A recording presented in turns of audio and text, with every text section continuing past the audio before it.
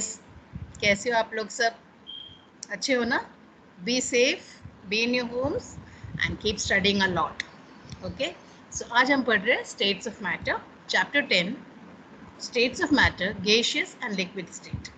Okay, तो सबसे पहले ये सब हम लोगों को बेसिक्स है. We all know it right from class 1. हमने शायद ये पढ़ा है कि लिक्विड क्या है, गैस क्या है, सॉलिड क्या है, 3 डिफरेंट स्टेट्स ऑफ मैटर क्या है. This you know that this is water is a liquid state, उसका सॉलिड स्टेट को आइस बोलते हैं या उसका गैसियस स्टेट को स्टीम बोलते हैं. सॉलिड को जब आइस को जब मेल्ट किया जाता है बनता है water, that is a liquid state. Liquid state को जब इवेपोरेट करोगे तो आपको स्टीम मिलेगा जो कि गैसियस स्टेट. गैसियस स्टेट को कंडेंस करो मिलेगा liquid, liquid that is water. उसको फिर फ्रीज करो तो आपको मिलेगा ice which is a solid state. हमको पता है. अब हमने क्या किया है, इसका एटॉमिक लेवल या मॉलिक्यूलर लेवल का पिक्चर निकाला है. ये आप देख सकते हैं कि ये सॉलिड है. बिल्कुल एटॉमिक या मॉलिक्यूलर लेवल पे हम सोचते हैं कि हर एक एटम है, तो देखो ये उसका एटॉमिक अरेंजमेंट है. ये लिक्विड है और ये गैस है. अब सवाल ये है कि सॉलिड यानी क्या? सॉलिड यानी इसके मीन एटॉमिक या मॉलिक्यूलर सेपरेशन कितना है. इसमें से हम बोलते हैं कि ये सॉलिड है या नहीं है. तो मॉलिक्यूल्स के बीच में जो डिस्टेंस है वो है 3 to 5 एंगस्ट्रॉम यूनिट. मैक्सिमम 5 है, 3 to 5. Okay, angstrom unit. इतना डिस्टेंस, बहुत कम डिस्टेंस है ये, तो उसको बोलेंगे सॉलिड. 3 to 10 है तो हम इसको बोलते हैं लिक्विड, और 5 से हमेशा ज़्यादा रहेगा तो we will call it as a gas. And you can see the distance है ना पार्टिकल्स के बीच में. ये मॉलिक्यूल्स के बीच के डिस्टेंस आपको दिखाई दे ही रहे हैं, इसमें आपको दिखाई दे रहा है और इसमें आपको दिखाई दे रहा है. So the distance is very less in a solid. Liquid में distance between the particles are more, and यहाँ पे तो बहुत ही ज़्यादा. So let us see how the particles are arranged. In a solid बहुत टाइटली एक दूसरे से जुड़ा है. ओके, बहुत टाइटली जुड़ा है and they have a regular arrangement. Arrangement देखो ना, आप सोचोगे तो आप विजुअलाइज करोगे तो आपको एक पूरा हेक्सागोनल या एक फ्लावरी स्ट्रक्चर मिलेगा. So it has a very regular arrangement. Solids. Liquids में क्या होता है, इट इज लूजली पैक्ड. आपको दिख रहा है ये बहुत टाइट नहीं, बीच में गैप्स है, एंड बहुत ज़्यादा रेगुलर भी नहीं, इट्स इरेगुलर, किसी भी टाइप से अरेंज किया हुआ है. और गैस में तो क्या बोलना, it is very more loosely packed. यहाँ लूजली है तो यहाँ मोर लूजली पैक्ड है, और हाईली इरेग्युलर है. अंडरस्टैंड? तो सॉलिड्स का जो है बहुत टाइटली ये पार्टिकल्स एक दूसरे से जुड़ा है एंड एक रेगुलर अरेंजमेंट है. अभी सवाल ये है कि ये इतना टाइटली हेल्ड कैसे, इतना टाइटली उसको होल्ड कैसे किया जाता है. राइट, कि पार्टिकल्स तो टाइटली हेल्ड है, वो तो हम जानते हैं कि they are holding themselves very close to each other, very tightly. लेकिन ये क्या पावर है जो उनको साथ में रखता है? So that is what we need to learn, और उसको हम बोलते हैं इंटर मॉलिक्यूलर फोर्सेस. यानी ये मॉलिक्यूल्स के बीच में जो फोर्स है, दो तरह के फोर्स हो सकते हैं. एक तो अट्रैक्शन, एक दूसरे के प्रति अट्रैक्ट हो रहा है. दूसरा उन लोग के बीच में रिपल्शन भी होगा, क्योंकि electron electron repulsion, nucleus nucleus repulsion, ये भी होता है. सो ये जो attractive and repulsive force between the neighbouring molecules, उसको हम बोलते हैं इंटर मॉलिक्यूलर फोर्सेस. जो मॉलिक्यूल्स के बीच में जो अट्रैक्टिव और रिपल्सिव फोर्स है उसको बोलते हैं इंटर मॉलिक्यूलर फोर्सेस. अब इंटरमॉलिक्यूलर फोर्सेस, ये देखो ये सॉलिड है, बहुत क्लोजली एंड रेगुलर पैटर्न में अरेंज हुआ है. लिक्विड बहुत टाइट नहीं है और रेगुलर नहीं है, और गैस तो बहुत ही लूजली हेल्ड है. ओके, तो इंटरमॉलिक्यूलर फोर्सेस सॉलिड्स में बहुत स्ट्रॉन्ग होता है, लिक्विड्स में लेस स्ट्रॉन्ग, एंड गैस में very weak. Okay, so the intermolecular forces are very strong in solids and very weak in gases. अब हम देखते हैं किस तरह के होते हैं ये इंटरमॉलिक्यूलर फोर्सेस, क्योंकि इंटरमॉलिक्यूलर फोर्स के एक तरह का नहीं होता है, बहुत सारे तरह का होता है. You have dipole dipole interaction, you have ion dipole interaction, you have dipole induced dipole interaction, you have hydrogen bonding and London dispersion forces. ये नाम बड़ा सुंदर है, लेकिन ये कोई लंदन से आया हुआ नहीं है. साइंटिस्ट का नाम फ्रिज लंदन है और इसीलिए इसका नाम लंदन डिस्पर्शन फोर्सेस. एक जर्मन साइंटिस्ट थे जिनका नाम है फ्रिज लंदन. ओके, ये इसको हम वंडरवॉल्स फोर्सेस भी बोलते हैं. ये बहुत वीक फोर्स होते हैं. अब हम देखते हैं dipole dipole interaction. Dipole dipole, तो ये डाइपोल क्या है? कोई टैडपोल नहीं, इट्स अ डाइपोल. ये देखो HCl मॉलिक्यूल देखो।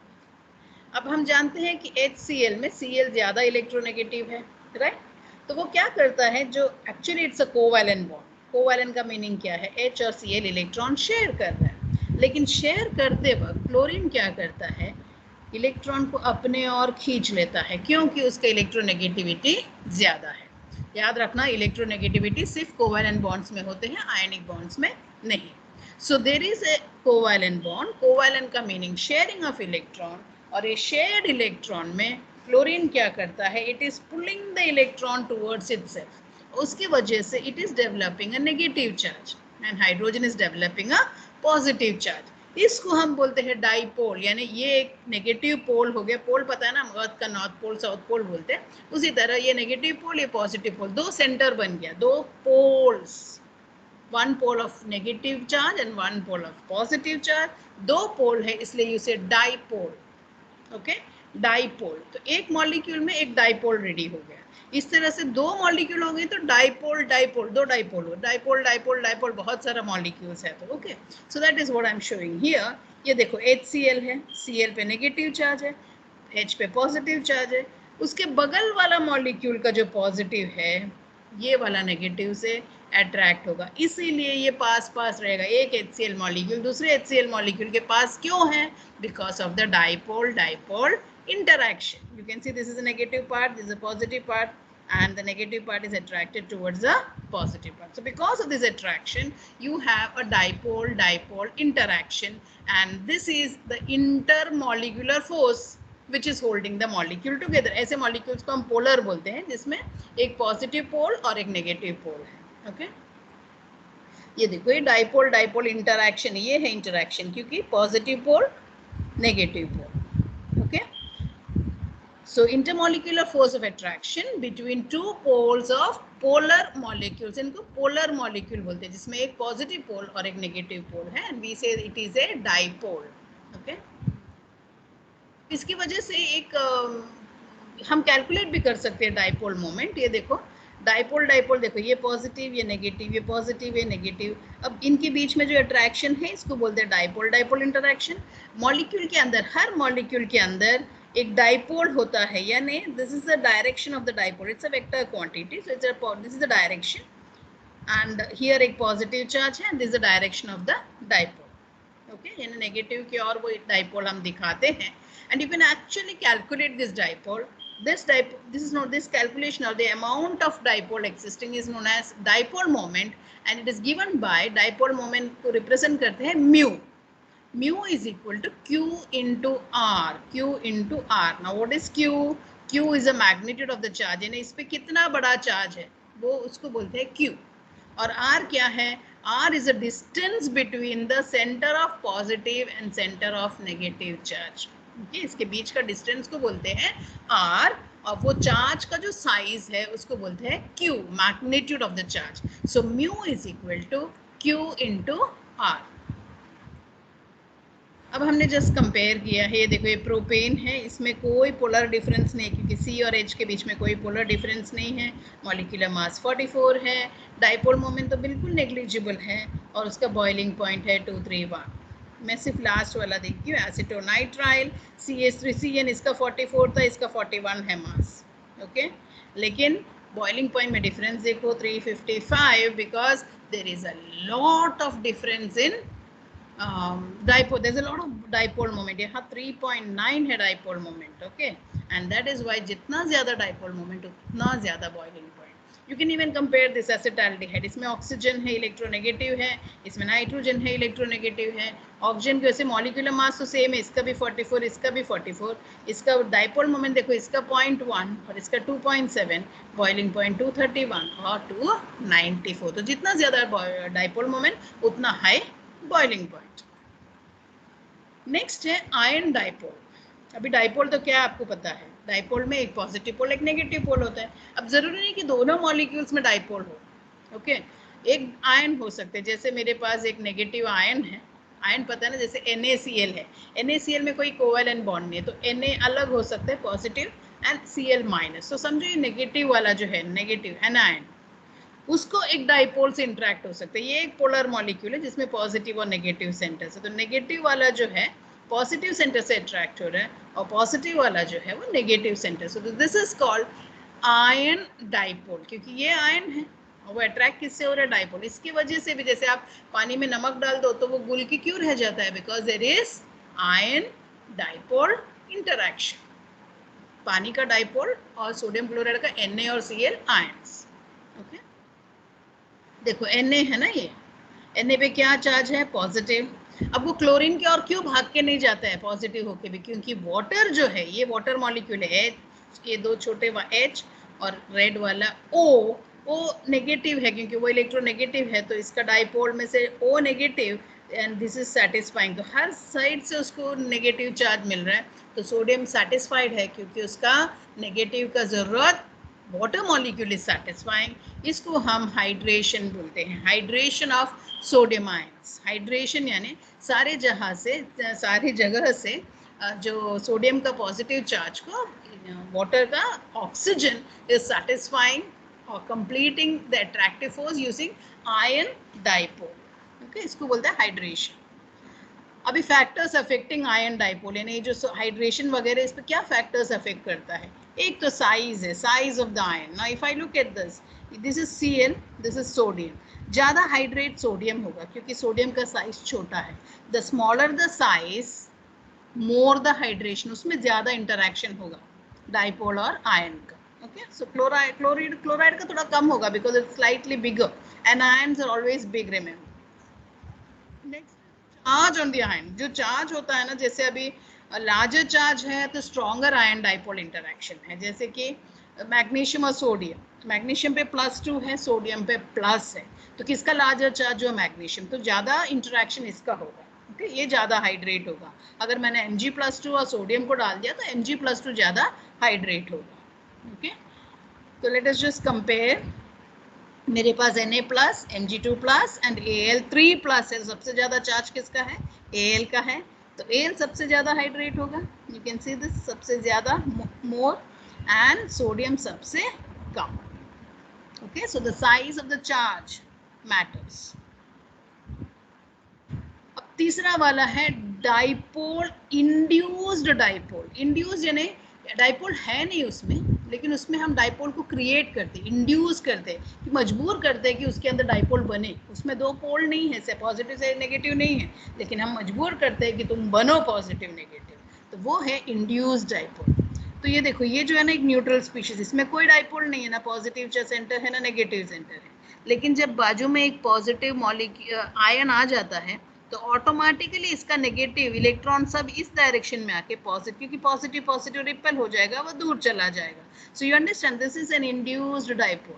तो this is ion induced dipole, क्योंकि यहाँ आयन है और उसके वजह से इंड्यूस हो गया। यहाँ एक मॉलिक्यूल है, जैसे HCl है, समझो उसका H+ यहाँ आ गया पॉजिटिव और Cl इधर है, तो क्या होगा? ये मॉलिक्यूल जिसके अंदर कोई डाइपोल नहीं था, अब वो डाइपोल हुआ, यहाँ पॉजिटिव चार्ज और ये साइड में negative charge. So this is dipole induced dipole. Induced dipole कब होता है? When it is coming near A polar molecule. यहाँ एक पोलर मॉलिक्यूल है, एक नेगेटिव पॉजिटिव डाइपोल है, this is a polar molecule, उसमें का positive side will repel the positive and attract the negative. तो ये मॉलिक्यूल के अंदर क्या होता है? एक डाइपोल क्रिएट होता है, इंड्यूस होता है।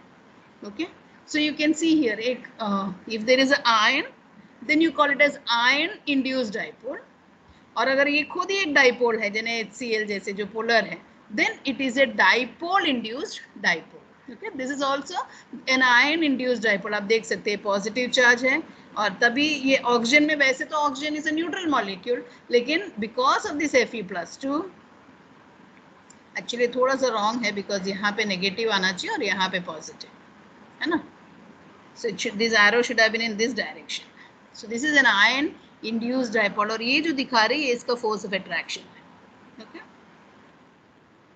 then dipole induced dipole। अभी हमने देखा डाइपोल इंड्यूस्ड डाइपोल क्या है, देखो HCl H+ है, Cl- है, तो आर्गन में अंदर कोई डाइपोल नहीं है, लेकिन बिकॉज ऑफ दिस Cl अब यहाँ पॉजिटिव आ गया और नेगेटिव, देखो ये डायरेक्शन में करेक्टली दिखाया है। okay, and this is water। water में you can see this is 2H+ and this O-, तो ऑक्सीजन का क्या होता है, माइनस के पास में एक पॉजिटिव ऑक्सीजन और ये वाला ऑक्सीजन पे नेगेटिव, तो ये डायरेक्शन में सही है, नेगेटिव से positive. This is actually not very correct because this is not the dipole moment. Okay, dipole moment होगा ना तो यहाँ एंड में एक प्लस होना चाहिए. डाइपोल मोमेंट है तो ये डायरेक्शन में दिखाएंगे, कहाँ, पॉजिटिव से नेगेटिव की ओर. यहाँ हम वो नहीं दिखा रहे, just we are showing the force of attraction. Okay, these arrows are forces of attraction. तो molecule, this is a polar molecule की वजह से इंड्यूस्ड डाइपोल क्रिएट हुआ है. Next is London dispersion forces. Okay, London, तो हमने क्या क्या पढ़ा अभी, dipole, ion dipole, ion induced dipole या dipole induced dipole, and the fourth one is London dispersion. मैंने बताया वो साइंटिस्ट का नाम है लंडन. उन्होंने क्या देखा कि कोई मॉलिक्यूल के अंदर कोई डाइपोल वगैरह नहीं है. देखो ये नॉन पोलर है, इसमें कोई डाइपोल नहीं है, इलेक्ट्रॉन्स आराम से घूम रहे हैं. लेकिन वो कभी कभी मोमेंटरी, एक मोमेंट के लिए वो उसके अंदर डाइपोल क्रिएट हो सकते हैं. इलेक्ट्रॉन देखो शिफ्ट हो गए, सारे इलेक्ट्रॉन एक साइड में शिफ्ट हुआ, तो ये जो है इसको बोलते हैं इंड्यूस्ड डाइपोल अगेन. ओके, तो non polar molecule fraction of a second के लिए उसमें एक इंड्यूस्ड डाइपोल क्रिएट होता है. ये देखो ये डेल्टा माइनस डेल्टा प्लस, यहाँ भी इंड्यूस होता है डेल्टा माइनस डेल्टा प्लस, तो ये एक इंड्यूस्ड डाइपोल है. And this is known as a London dispersion forces. क्योंकि ये मोमेंटरी है. ये देखो ये एक सिमेट्रिक, इलेक्ट्रॉन्स आराम से घूम रहे थे, अब सडनली इसमें सारे इलेक्ट्रॉन्स एक साइड में आ गए, नेगेटिव चार्ज, यहाँ पे positive charge because of the nucleus. ये अनसिमेट्रिकल डिस्टेंस. इस तरह की जो सडन शिफ्टिंग होता है for a fraction of A second, उसको हम बोलते हैं लंडन डिस्पर्शन फोर्सेस. इसकी वजह से पूरा मॉलिक्यूल का या इसका शेप ही चेंज होता है. देखो हीलियम एटम था, अब तो ये क्या हुआ, दो हीलियम एटम पास पास आए, इसका न्यूक्लियस जो है इसका इलेक्ट्रॉन को अपने ओर खींच रहा है. न्यूक्लियस आपस में रिपेल हो रहा है और इलेक्ट्रॉन ये इसके इलेक्ट्रॉन को खींच रहा है, ये इसके इलेक्ट्रॉन को खींच रहे हैं, और इसकी वजह से इसका शेप थोड़ा सा चेंज हो गया. जो यहाँ थोड़ा सा सर्कुलर दिखा है, यहाँ थोड़ा सा इसका शेप चेंज हो गया. Okay, so this is the negative side and this is the positive side. Again positive side, that is a nuclear side, electrons को ये साइड धक्का दे दिया, शेप चेंज हो गया, और यहाँ इस वाले का भी शेप चेंज हुआ क्योंकि ये न्यूक्लियस ये इलेक्ट्रॉन को पुल कर रहा है. सो another helium nearby would have a dipole induced in it as electrons on the left side of the helium atom 2 repel the electrons in the cloud on helium atom 1. Okay, so this is how this is London dispersion forces. तो आपने देखा वो पूरा atom का shape ही change होगा. अगर एक atom के बाजू में दूसरा एटम आता है तो पूरा शेप ही चेंज हो जाता है क्योंकि उसका न्यूक्लियस इसके इलेक्ट्रॉन को अपने और अट्रैक्ट कर रहा है. तो इस तरह का जो शेप चेंजिंग होता है ना, इसको हम बोलते हैं polarisability. Okay, so ability to become momentary dipole, सिर्फ थोड़े देर के लिए. वो जब तक वो हीलियम एटम उसके पास है, दोनों को पोलैरिटी नहीं था, अब दोनों में पोलैरिटी क्रिएट हो गया, इसको बोलते हैं मोमेंटरी डाइपोल्स. एंड ये प्रॉपर्टी को बोलते हैं polarisability. So more the number of electrons, higher is the ability to become polar. Obviously है ना, सारे इलेक्ट्रॉन एक साइड में गया तो शेप तो एकदम डिस्टॉर्ट हो गया. So more the number of electron, higher is the ability to become polar. And more the spread out shape, यानी जितना लंबा होगा, जितना लंबा शेप होगा, उतना ज्यादा लंडन फोर्सेस होगा, उतना ज्यादा डिस्पर्शन फोर्सेस होगा बिटवीन द मॉलिक्यूल्स. अब यहाँ देखो, this is n pentane, 1 2 3 4 5 n pentane, 5 carbon atom एक लाइन में है. जितना स्प्रेड आउट हुआ उतना ज्यादा डिस्पर्शन फोर्सेस. ओके, ये आइसोपेंटेन है, 1 2 3 4, लेकिन 4 ही है. यहाँ थोड़ा सा ब्रांचिंग हो गया तो ये पास पास है. लंबा होने पे ज्यादा डिस्पर्शन फोर्स, इसमें थोड़ा पास पास है क्योंकि ब्रांचिंग हुआ है, सो इसमें थोड़ा सा कम होगा, और इसमें तो दो ब्रांचिंग हुआ है, सब एकदम पास पास है. सो you can see it is like this. This is large contact area, strong attraction. ये एकदम क्राउडेड है, less surface area, less attraction, and small contact area और भी कम. तो इसका हाईएस्ट डिस्पर्शन फोर्स थोड़ा कम और थोड़ा कम. अब ये लंडन फोर्सेस वगैरह कहाँ आता है पता है? जो मॉलिक्यूल्स है ना बिल्कुल पोलर नहीं है, जैसे मीथेन और मीथेन, CH4 दोनों में कोई पोलैरिटी नहीं. अब ये दो मॉलिक्यूल बाजू बाजू में रहते क्यों हैं? सही बात है ना. या क्लोरोफॉर्म, कार्बन टेट्राक्लोराइड में कोई पोलैरिटी नहीं है, फिर ये 4 मॉलिक्यूल साथ में रह के लिक्विड क्यों है? क्योंकि उसमें London forces. Okay. Benzene, benzene is C6H6, कोई पोलैरिटी नहीं है, फिर ये साथ में क्यों रहते हैं? क्योंकि लंडन डिस्पर्शन फोर्स, तो जिसमें कोई इलेक्ट्रोनेगेटिव एटम नहीं है तो पोलैरिटी तो होगा नहीं।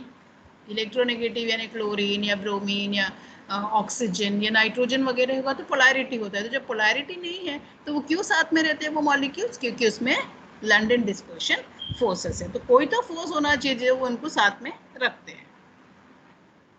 नेक्स्ट है हाइड्रोजन बॉन्ड। ये एक बहुत पावरफुल एंड स्ट्रॉन्ग बॉन्ड है और ये डिफरेंस इन इलेक्ट्रोनेगेटिविटी की वजह से ही होता है। द इलेक्ट्रोस्टैटिक फोर्स, इलेक्ट्रोस्टैटिक यानी याद रखना इलेक्ट्रोस्टैटिक यानी जो नेगेटिव और पॉजिटिव जो चार्ज है उसका जो अट्रैक्शन है, पॉजिटिव एंड नेगेटिव चार्ज का, that is known as electrostatic force of attraction between positively polarised H and highly electronegative atom of the other molecule. Electrostatic is always between positive and negative. तो एक का H और दूसरे का electronegative atom. ये देखो, ये जो है वाटर मॉलिक्यूल, इसमें जो H है ये पॉजिटिव है और दूसरा मॉलिक्यूल का जो नेगेटिव है जैसे ऑक्सीजन, उनके बीच में एक बॉन्ड क्रिएट होता है और ये ऐसा ही दिखाता है, this bond is shown, okay, ऐसे डॉट डॉट करके, और ये बॉन्ड एक्चुअली है। So hydrogen bond is a strong bond, तो एक मॉलिक्यूल को दूसरे मॉलिक्यूल से बंधा हुआ रखता है ये हाइड्रोजन बॉन्ड। यहाँ देखो ये हाइड्रोजन बॉन्ड, यहाँ सारे मॉलिक्यूल्स एक दूसरे से जुड़ा है बिकॉज ऑफ द, ये जो है ये कोवैलेंट बॉन्ड है ऑक्सीजन और हाइड्रोजन के बीच में। ये जो है ये एक वाटर मॉलिक्यूल का दूसरा वाटर मॉलिक्यूल से, ये जो है इसको बोलते हैं हाइड्रोजन बॉन्ड। ओके, दो तरह का हाइड्रोजन बॉन्ड हो सकता है। One is known as intramolecular, intra means molecule के अंदर ही अंदर, एक ही मॉलिक्यूल के अंदर। यहाँ हमने जो दिखाया ना हाइड्रोजन वाटर का, ये एक वाटर मॉलिक्यूल है H2O, ये दूसरा है H2O, ये दूसरा तीसरा है H2O। तो इनके आपस में जो है उसको इंटर मॉलिक्यूलर बोलते हैं। लेकिन जब एक ही मॉलिक्यूल के अंदर within the molecule, then you call it as intramolecular hydrogen bonding. ये देखो ये एक ही मॉलिक्यूल है, उसके अंदर OH और NO2, उसका H और O के बीच में बॉन्ड क्रिएट हो जाता है। या फिर सैलिसिलैल्डिहाइड, देखो यहाँ का O और यहाँ का OH के बीच में बॉन्ड क्रिएट होता है, जिसको हम बोलते हैं इंट्रामॉलिक्यूलर हाइड्रोजन बॉन्डिंग। ओके, दूसरा है इंटरमॉलिक्यूलर, यानी दो डिफरेंट मॉलिक्यूल्स के बीच में, जैसे हमने वाटर में देखा था। ये देखो ये इंट्रामॉलिक्यूलर, एक ही मॉलिक्यूल के अंदर NO2 और H, लेकिन ये इंट्रामॉलिक्यूलर दो अलग अलग मॉलिक्यूल है, यहाँ OH है यहाँ NO2 है और आपस में अट्रैक्ट हो, सो बॉन्ड फॉर्म हो। So this is intermolecular and this is intramolecular. Okay, with in the molecule and this is between two different molecules. Okay, अब हाइड्रोजन बॉन्डिंग का एनर्जी देखो कितना है, ऑलमोस्ट 40 किलो जूल्स पर मोल, यानी काफ़ी strong है ये बॉन्ड। और इसी के वजह से पानी में वगैरह हाइड्रोजन बॉन्डिंग है, इसलिए पानी का बॉइलिंग पॉइंट 100 डिग्री है, 100 degree.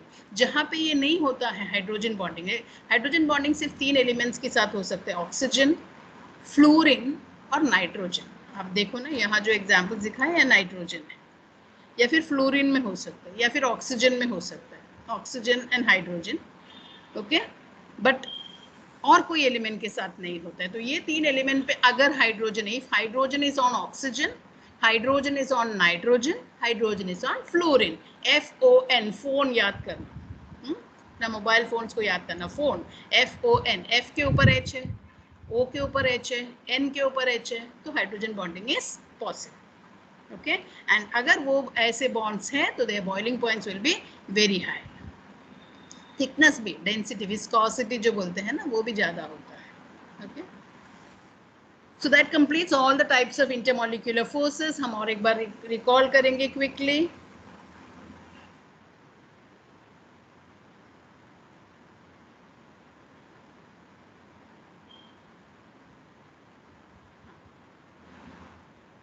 Dipole interaction, ion dipole interaction, dipole induced dipole interaction, hydrogen bonding and London dispersion forces. आपको जैसे जैसे चाहिए आप पीछे आगे वीडियो करके देख लीजिए, you will recall all this. Okay,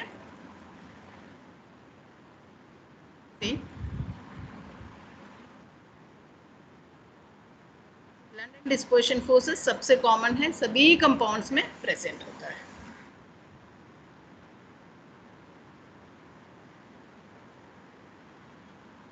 molecular intermolecular hydrogen bonding, okay. And the last concept जो हम यहाँ पढ़ रहे हैं वो है थर्मल एनर्जी। अब थर्मल एनर्जी क्या होता है? ये मॉलिक्यूल्स के बीच में एक काइंड ऑफ काइनेटिक एनर्जी है ना।